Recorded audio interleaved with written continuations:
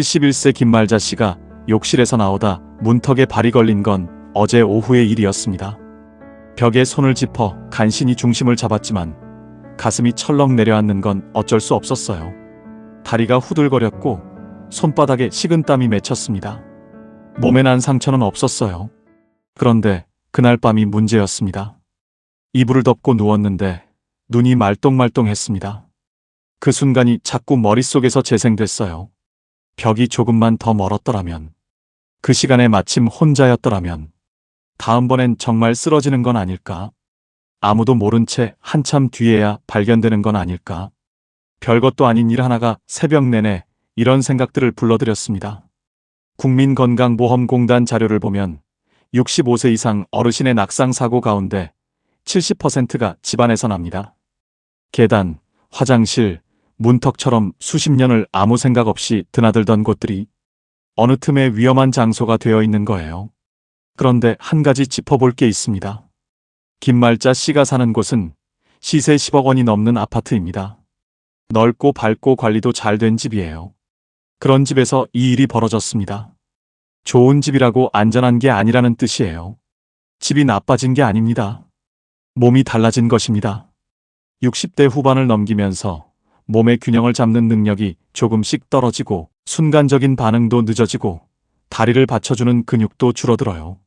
젊을 때는 아무렇지 않게 넘어갔던 문턱 하나, 계단 한 칸이 이제는 전혀 다른 무게로 다가오는 겁니다. 60대 이후에는 집을 보는 기준 자체가 달라져야 해요. 지금부터 그 이야기를 하나씩 드리겠습니다. 먼저 가장 중요한 이야기부터 드릴게요. 60세 이후의 집은 자산이 아니라 생존 전략입니다. 시세 차익을 기대하며 고르는 집이 아니라 마지막까지 품위 있게 살아갈 수 있도록 받쳐주는 집이어야 해요. 혼자 살아도 안전한 집, 몸이 불편해져도 버텨낼 수 있는 집, 외롭지 않게 하루하루를 이어갈 수 있는 집. 이 세 가지가 노후집의 진짜 기준입니다. 오늘 드리는 이야기는 부동산 조언이 아니에요. 어떻게 하면 마지막까지 내 삶을 내가 꾸려갈 수 있는가, 그 이야기입니다. 첫 번째 기준은 집의 크기예요. 김말자 씨가 지금 사는 집은 34평입니다. 두 아이를 키울 때는 딱 맞는 크기였어요. 온 가족이 식탁에 둘러앉아 밥을 먹고 아이들 방이 따로 있고 손님이 와도 불편하지 않았습니다. 그런데 지금은 혼자예요. 남편은 5년 전에 먼저 세상을 떠났고 아이들은 각자 살림을 차렸습니다. 34평을 김말자 씨 혼자 쓰고 있어요. 그런데 문제가 있습니다. 바로 청소예요. 일주일에 한 번 청소를 하고 나면 오후 내내 허리가 묵직합니다. 안방, 작은 방, 거실, 주방, 욕실, 발코니까지 구석구석 닦고 나면 그날 저녁밥 할 기운이 없어요. 노후주택은 18평에서 20평 정도가 가장 이상적입니다. 처음엔 너무 작은 거 아닌가 싶으실 수 있어요. 그런데 사실 이게 가장 알맞은 크기입니다. 이유는 간단해요. 관리가 되는 크기이기 때문입니다. 70대가 되면 청소 하나도 만만치 않은 일이 돼요. 30평이 넘는 집을 혼자 감당하다 보면 청소를 마친 뒤 몸이 먼저 망가집니다. 그렇다고 너무 작은 것도 곤란해요. 원룸은 노후 주거로 맞지 않습니다. 침대, 옷장, 냉장고만 들여도 생활할 공간이 남지 않으니까요. 18평에서 20평 사이, 방 2개에 거실 하나, 욕실 하나. 이 구조가 혼자 사시는 어르신에게 가장 현실적이고 가장 안전합니다. 방 하나는 침실로, 나머지 방 하나는 취미 공간이나 손주가 왔을 때 쓸 수 있게 남겨두면 돼요. 집이 작아진다는 게 삶이 줄어드는 게 아닙니다. 집이 작아지면 관리할 에너지가 남고 그 에너지로 밖으로 나갈 수 있어요. 그게 훨씬 중요합니다. 두 번째 기준은 대형 병원보다 복지관과 가까운 곳이에요. 김말자 씨가 집을 고를 때 가장 먼저 따진 것이 병원과의 거리였습니다. 나이 들면 병원을 자주 가게 될 테니 가까이 살아야 한다고 생각했던 거예요. 많은 분들이 그렇게 생각하십니다. 그래서 대형 병원 옆 아파트를 찾아요. 그런데 이게 실수입니다. 병원 바로 옆에서 살면 무의식적으로 나는 곧 아플 사람이라는 신호를 스스로에게 보내게 돼요. 아침마다 창문을 열면 병원 건물이 보이고 구급차 소리가 들리고 환자복을 입은 사람들이 시야에 들어옵니다. 이런 환경이 오래되면 몸보다 마음이 먼저 환자가 돼요. 사람은 자기가 보는 것을 닮아가니까요. 매일 아침 병원을 바라보며 하루를 시작하는 사람과 복지관 앞 꽃밭을 보며 하루를 여는 사람, 10년 후 두 사람의 모습은 전혀 다를 겁니다. 노후에 진짜 필요한 건 대형 병원이 아니라 복지관이에요. 복지관이 가까우면 무엇이 달라질까요? 우선 매일 나갈 이유가 생깁니다. 노래교실, 요가, 탁구, 컴퓨터 교실, 각종 문화 프로그램에 참여할 수 있어요. 아침엔 운동하고, 점심은 복지관 식당에서 따뜻하게 해결하고, 오후엔 친구들과 수다를 떨 수 있습니다. 이런 일상이 생기면 우울할 틈이 없어요. 두 번째로 사람을 만날 수 있습니다. 혼자 사는 어르신에게 가장 무서운 건 외로움이에요. 외로움은 단순한 감정이 아닙니다. 오래 쌓이면 면역력이 떨어지고 수면이 흐트러지고 결국 치매로 이어질 수도 있어요. 복지관에 가면 누군가 오늘 안 보이시네요? 하고 말을 걸어줍니다. 그 한마디가 생각보다 훨씬 큰 힘이 돼요. 세 번째로 식사를 저렴하게 해결할 수 있습니다. 복지관 식당은 한 끼에 2,000원에서 3,000원이에요. 건강에도 좋고 맛도 괜찮습니다. 집에서 혼자 라면 끓여 드시는 것보다 몸에도 마음에도 훨씬 낫습니다. 노인복지 전문가들이 이런 말을 해요. 노년의 강남은 복지관 옆이다. 집값이 비싼 곳이 좋은 곳이 아니라 복지관이 가까운 곳이 진짜 좋은 곳이라는 뜻입니다. 노후에는 복지관까지 도보 10분 거리가 최우선이에요. 병원은 차로 20분이면 충분합니다. 아프면 택시를 타면 되지만 복지관은 매일 걸어가야 하니까요. 슬리퍼를 신고도 갈 수 있고 비 오는 날 우산 하나 들고 걸어갈 수 있어야 해요. 그래서 복지관 옆이 중요한 겁니다. 세 번째 기준은 자녀와 20분에서 30분 거리입니다.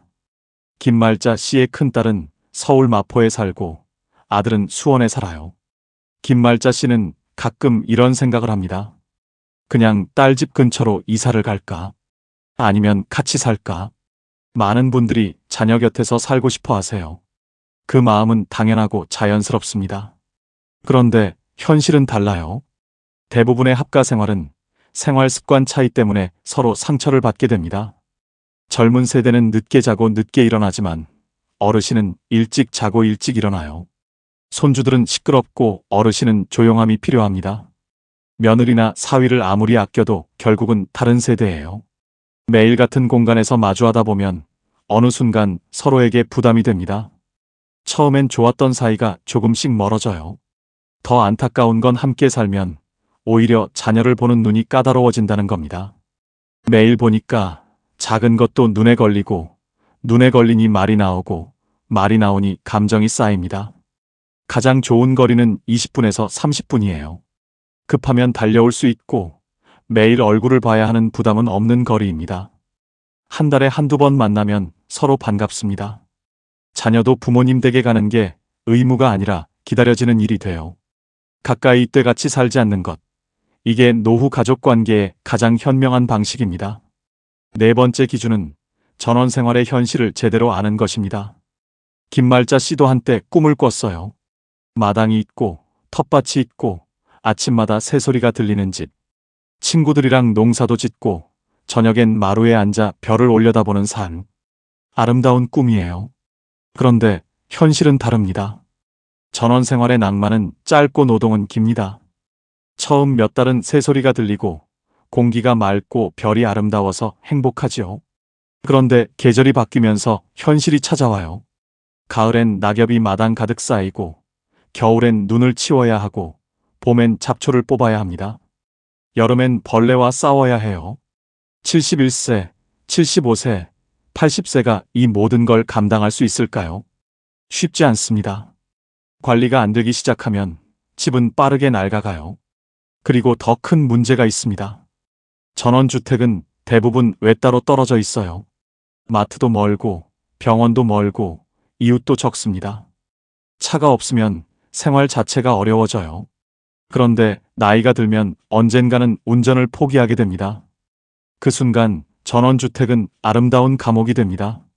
실제로 전원주택으로 이사했다가 3년 만에 다시 도심으로 돌아오시는 분들이 많아요. 이사 비용, 집을 팔면서 생기는 손실, 그리고 그 시간 동안 쌓인 외로움과 피로, 그걸 되돌리는 데는 훨씬 더 큰 에너지가 필요합니다. 어떤 어르신이 이런 말씀을 하셨어요. 노년에는 풍경보다 사람 소리가 더 중요하다는 걸 뒤늦게 알았습니다. 아무리 아름다운 산도 혼자 매일 바라보면 외롭습니다. 아파트 복도에서 이웃을 만나 오늘 날씨 참 좋네요. 한마디 나누는 게 훨씬 중요해요. 노년에는 자연보다 사람이 필요합니다. 고요함보다 활력이 중요해요. 전원 생활이 꿈이시라면 체력이 되는 70세 이전에 경험하시고 그 이후에는 현실을 선택하시는 게 현명합니다. 5번째 기준은 공원입니다. 공원은 노년의 약국이에요. 김말자 씨는 요즘 아침마다 동네 공원을 걷습니다. 30분 남짓 걷는 그 시간이 하루 중 가장 좋은 시간이라고 해요. 공기도 맑고 나무도 보이고 무엇보다 아는 얼굴을 만납니다. 김 여사님, 오늘도 나오셨네요. 어제 비가 와서 안 보이셨죠? 짧은 인사지만 그 인사 하나가 하루를 살게 해요. 노년기에 가장 중요한 약은 혈압약이나 당뇨약이 아닙니다. 걷기예요. 하버드 의대 연구에 따르면 70세 이상 어르신 중 매일 30분 이상 걷는 분은 그렇지 않은 분보다 심장병 발생률이 40% 낮고 치매 발생률은 50% 낮았습니다. 걷기는 운동 그 이상의 의미가 있어요. 뇌를 깨우고 우울증을 막고 사람과의 연결을 만들어줍니다. 공원에서 걷다 보면 어제 안 보이셨네요. 오늘 날씨 좋죠? 같은 짧은 대화가 생겨요. 그 짧은 대화들이 외로움을 막아줍니다. 그래서 노후주택은 공원까지 도보 10분 이내가 중요해요. 공원이 가까운 동네는 집값도 안정적입니다. 수요가 꾸준하기 때문이에요. 공원은 단순한 녹지가 아닙니다. 노년의 생명줄이에요. 집을 고를 때 반드시 공원까지의 거리를 확인하세요. 도보 10분이 기준입니다. 6번째 기준은 환금성이에요. 조금 현실적인 이야기지만 꼭 드려야 할 말씀입니다. 김말자 씨에게는 지금 10억짜리 아파트가 있어요. 노후 자금도 어느 정도 있습니다. 그런데 예상치 못한 일이 생기면 어떻게 될까요? 갑자기 큰 수술이 필요해지거나 오랫동안 간병이 필요한 상황이 되거나 그때 집을 팔아야 할 수 있습니다.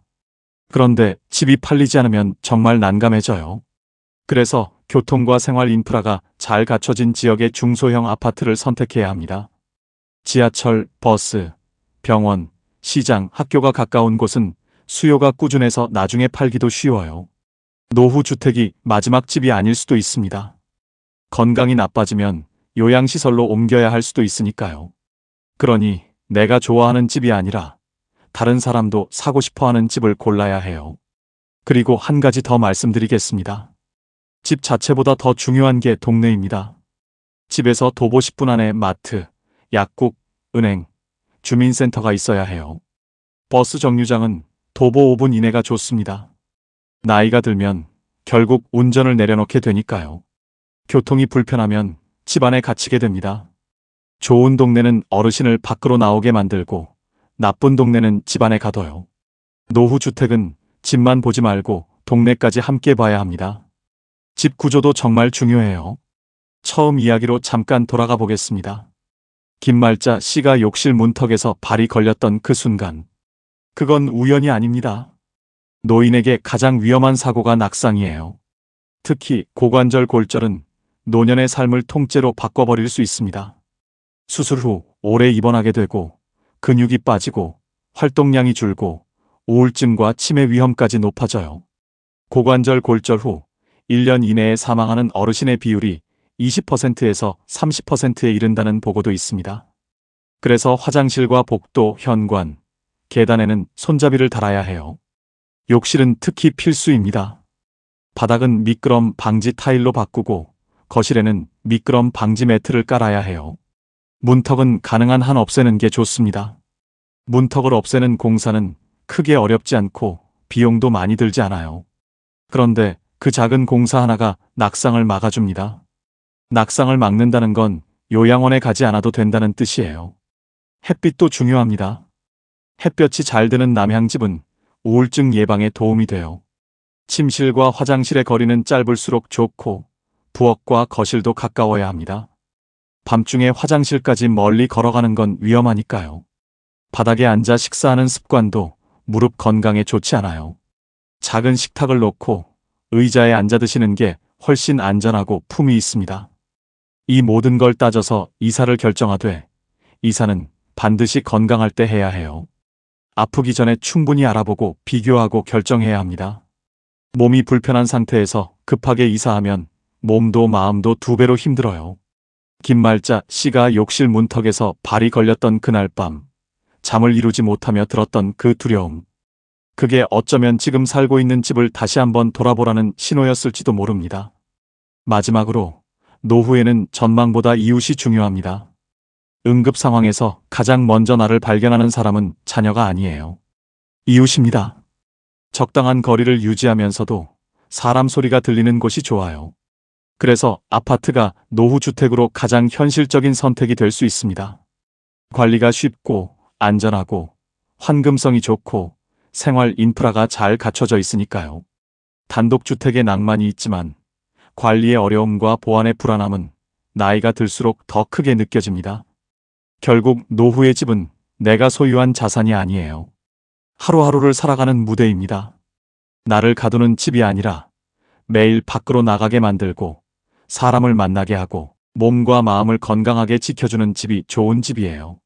김말자 씨가 지금 사는 34평 아파트, 나쁜 집이 아닙니다.